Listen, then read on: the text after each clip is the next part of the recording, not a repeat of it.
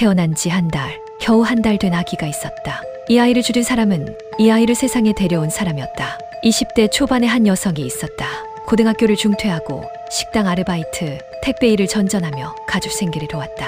19에 만난 남자와 동거를 시작했고 20살에 임신 사실을 알게 됐다. 주변에서는 말렸다. 아직 어리다고, 형편이 안 된다고. 하지만 그녀는 아이를 낳겠다고 했다. 감사하다고까지 했다. 제왕절개로 아이를 낳았다. 산후조리원은 꿈도 못 꿨다.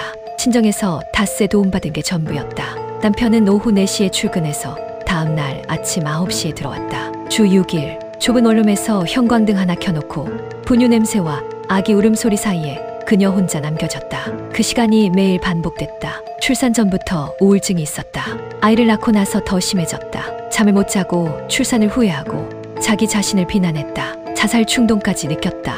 남편에게 말했다. 힘들다고. 하지만 돌아오는 건 위로 말 한마디뿐이었다. 실질적으로 달라지는 건 아무것도 없었다. 아이가 울었다. 멈추지 않았다. 좁은 원룸 형광등 불빛 아래 울음소리가 벽에 부딪혀 돌아왔다. 분유를 줘도 안아줘도 울음은 그치지 않았다. 그 순간 그녀의 손이 올라갔다. 생후 한 달, 목도 못 가누는 아기의 뒤통수를 맨손으로 때렸다.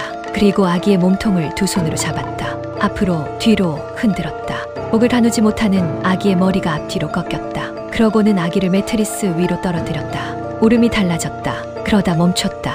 아기의 뇌 안에서는 지주막 하초열이 시작되고 있었다. 뇌를 감싸고 있는 얇은 막 아래로 피가 새어나오고 있었던 거다.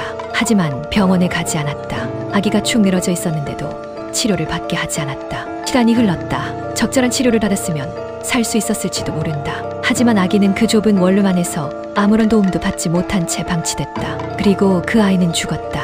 세상에 나온 지 겨우 한 달 만에 1심 법원은 징역 5년을 선고했다. 검사는 이것도 적이 없다며 항소했다. 아기가 죽었는데 5년도 부족하다는 거였다. 그런데 항소심이 열렸다. 법원은 감경 사유를 하나씩 꺼내 들었다. 피고인이 만 20살로 어렸다. 산후 우울증이 극심했다. 열악한 환경에서 혼자 육아를 감당했다. 국가 지원 제도가 있었지만 자기 부담금 70만 원을 낼 형편이 안 됐다.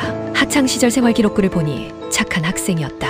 구속된 이후 반성하고 있다. 한 가지 사유가 쌓일 때마다 아기의 생명은 조금씩 가벼워지고 있었다. 최종 선고 징역 3년, 집행유예 4년. 집행유예 풀어서 말하면 감옥에 안 간다는 뜻이다.